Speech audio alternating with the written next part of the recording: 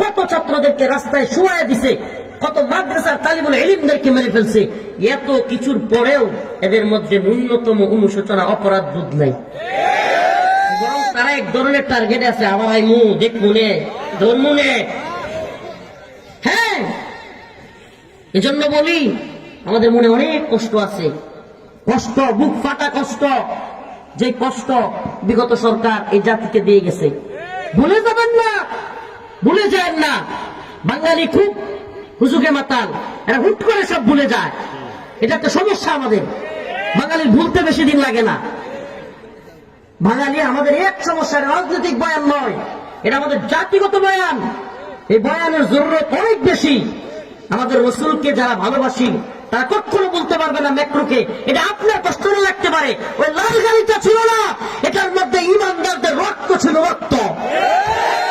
যাদের অন্তরে আল্লাহ রসুলের ভালোবাসা আছে, ওই মেট্রোকে লাল গালিচা দেওয়া নয়, ওইটা মুমিনের অন্তরে রক্তক্ষরণ ছিল, রক্তক্ষরণ। আমাদের হয়েছে কারাগারে থাইকা হয়েছে, আপনার না হইতে পারে। রাসূলের অপমানে যদি না কাঁদে তোমার মন, মুসলিম নয় মুনাফিক, তুই রাসূলের দুশমন। এটাই সত্য। বাবারে কেউ মাইরা, বাবারে কষ্ট দিয়া এমন এক লোকের লাল গালিচা দিলে আপনি সহ্য করি? সামনে বাপের চাইতে রসুলকে ভালোবাসতে পারেন না। রসুল বলেছে লা ইউমিনু আহাদুকুম হাত্তা আকুনা আহাব্বা ইলাইহি মিন ওয়ালিদিহি ওয়া ওয়ালাদিহি ওয়ান নাসি আজমাইন। তোমরা ততক্ষণ খাঁটি মুমিন হতে পারবে না যতক্ষণ তোমাদের বাবা মা সন্তান সন্ততি পরিবার সবকিছুর চাইতে রসুলকে বেশি ভালোবাসতে না পারবা, ততক্ষণ তুমি খাঁটি ঈমানদারি না। তাহলে বাপের যদি কেউ মারে আর ওই লোকের যদি কেউ সংবর্ধনা দেয়, লাল গালিচা দেয়, তাইলে আমাকে সহ্য হইবনি? তাইলে এই যে রক্তকরণটা হবে, এইটার চাইতে বেশি রক্তকরণ হইতে হবে রসুলকে কেউ কটূক্তি করার পরে তারা যদি কেউ সম্মান করে। তাই না বোঝা যাবে অনেক ইমানদার, আমার ইমান আছে। আল্লাহ পাক বোঝার তৌফিক দান করুক। যে ঘটনা থেকে গেছিলাম মনে আছে? কত দেখি একজন শ্রোতা দেখবো। কোথেকে গেছিলাম বাবা বলে? হ্যাঁ, মাশাআল্লাহ, ইকরামা, আবু জাহেলের ছেলে ইকরামার ইসলাম কবুল। ওই যে সে ভয়ে সাধারণ ক্ষমা ঘোষণার পরে ভয়ে পালায় যেতে চাইছিল, ওখান থেকে আসছিলাম। ওই পালায় যাওয়ার ঘটনায় ইকরামা খুব ভয় পেয়ে গেছে। কেন? রাসূল সাল্লাল্লাহু আলাইহি সাল্লামের যে সাহাবী মুআয রাদিয়াল্লাহু আনহু হত্যা করেছে তার বাবা আবু জাহেলকে, ওই সাহাবীর হাতে গিয়ে কুপ্তি ছিল ইকরামা। কুপ দেওয়ার পর ওই হাত কেটে গেছিল এবং ওই মুআয রাদিয়াল্লাহু আনহু সাহাবী এক হাতে যুদ্ধ করতেছিলেন। সুবহানাল্লাহ। এক হাত ঝুলে ছিল, চামড়া শুধু, কাইটা চামড়ার সাথে, আর এক হাত দিয়ে যুদ্ধ করতেছিলেন। সুবহানাল্লাহ। হাদিসের কিতাবে আসছে এই হাতে যখন কষ্ট হইতেছিল, এক পর্যায়ে হাতে পায়ের নিচে পাড়া দিয়ে ঠাস করে টান দিয়ে ছিঁড়ে ফেলছে। সুবহানাল্লাহ। এই না সাহাবী ওয়ালা ঈমান।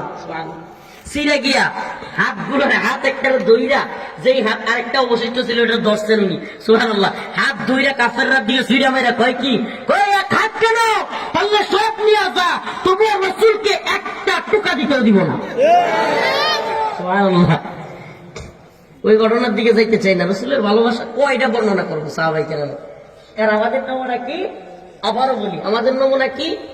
রসুলকে যারা কটূক্তি করে ব্যঙ্গ করে তাদেরকে আমরা লাল গালিচা সংবর্ধনার পক্ষে। নাউযুবিল্লাহ। এটা ইমানের বিপরীত, এটা মনে রাখবেন। বুঝবেন না মুমিনের ইমান চলে যায় কি কি কারণে?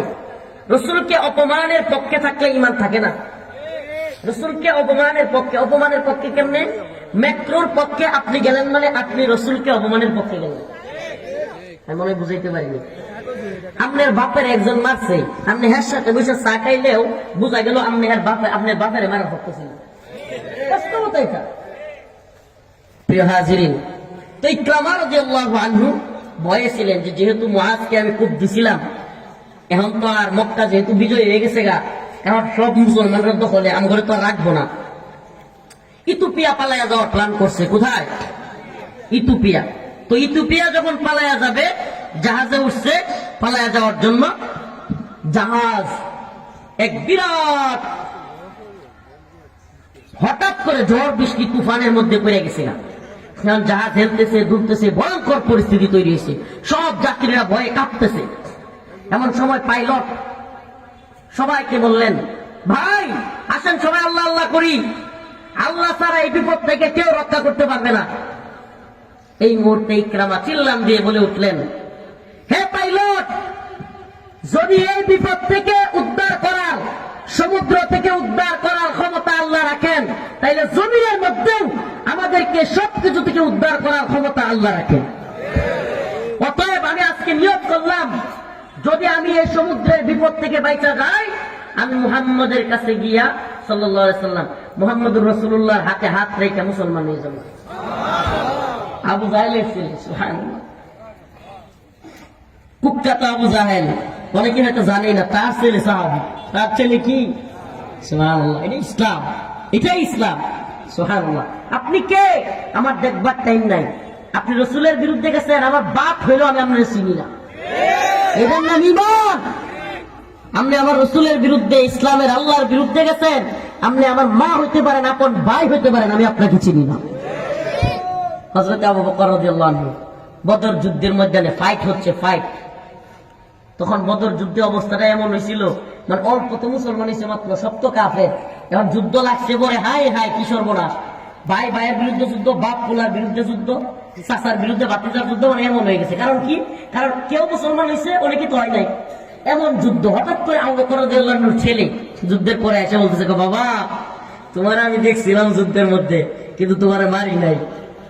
কয় বাবা তুই আমারে মারস না, কিন্তু তোরে পাইলে আমি ছাড়তাম না। সুবহানাল্লাহ, এটা ইসলাম। তুই আল্লাহর রাসূলের বিরুদ্ধে তোর বাড়ি নিয়ে গেছস, হ্যাঁ গিয়া মনে করছে যে একটু ফুটানি দেয় বাপেরে, কইলে বাপ খুশি হইব। কইতেছে আব্বা তোমার আমি পাইছিলাম, কিন্তু কিছু করি নাই। ভালো হয়েছে তুই আমার সামনে না আয়া, আমি তোরে ছাড়তাম না। সুবহানাল্লাহ, এটা ইসলাম, এটা ইসলাম। আল্লাহ পাক আমাদের বুঝার তৌফিক দান করুন। ওই যে বক্তব্যগুলো মনে আছে যে ইসলামের বিরুদ্ধে গেলে প্রধানমন্ত্রী মানি না, আল্লাহর বিরুদ্ধে গেলে রাষ্ট্রপতি মানি না। এটা যেন আমার কথা না হয়, এটা যেন প্রত্যেকটা মুমিনের কথা হয়। কারণ আচ্ছা আমারে বলেন, তাইলে কি রাষ্ট্রপতি প্রধানমন্ত্রী যদি ইসলামের আল্লাহর বিরুদ্ধে যায়, তাইলেও আমরা মানি? আমরা কি এটা করবো? আচ্ছা আল্লাহর বিরুদ্ধে যদি কোনো ব্যক্তি যায় আর আমি তার কথা মানি, তাইলে আল্লাহরে বাদ দিয়ে তারা রব বানাইলাম না? আমি ওনায় বুঝাইতে পারি নাই। যদি কোনো ব্যক্তি, সে যত বড় ক্ষমতাসীন হোক, সে আল্লাহর বিরুদ্ধে কথা বলছে, আমি যদি আল্লাহটা বাদ দিয়ে তারটাই মানি, তাইলে রব কারে মানলাম? কারে মানলাম? আল্লাহরে তো মানি নাই।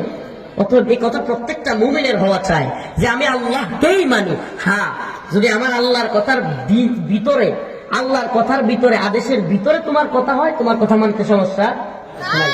কিন্তু যদি আমার আল্লাহর কথার বাহিরে, বিরুদ্ধে যায়, তবুও যদি মানি, তাইলে ওই ব্যক্তিকে আপনি তাগুত মানলেন, রব বানাইলেন, ওই ব্যক্তিকে আল্লাহকে নয়। আল্লাহ বুঝার তৌফিক দান করুন।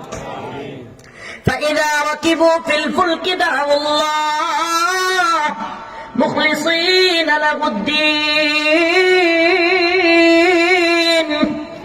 فلما نجاهم إلى البر إذا هم يشركون।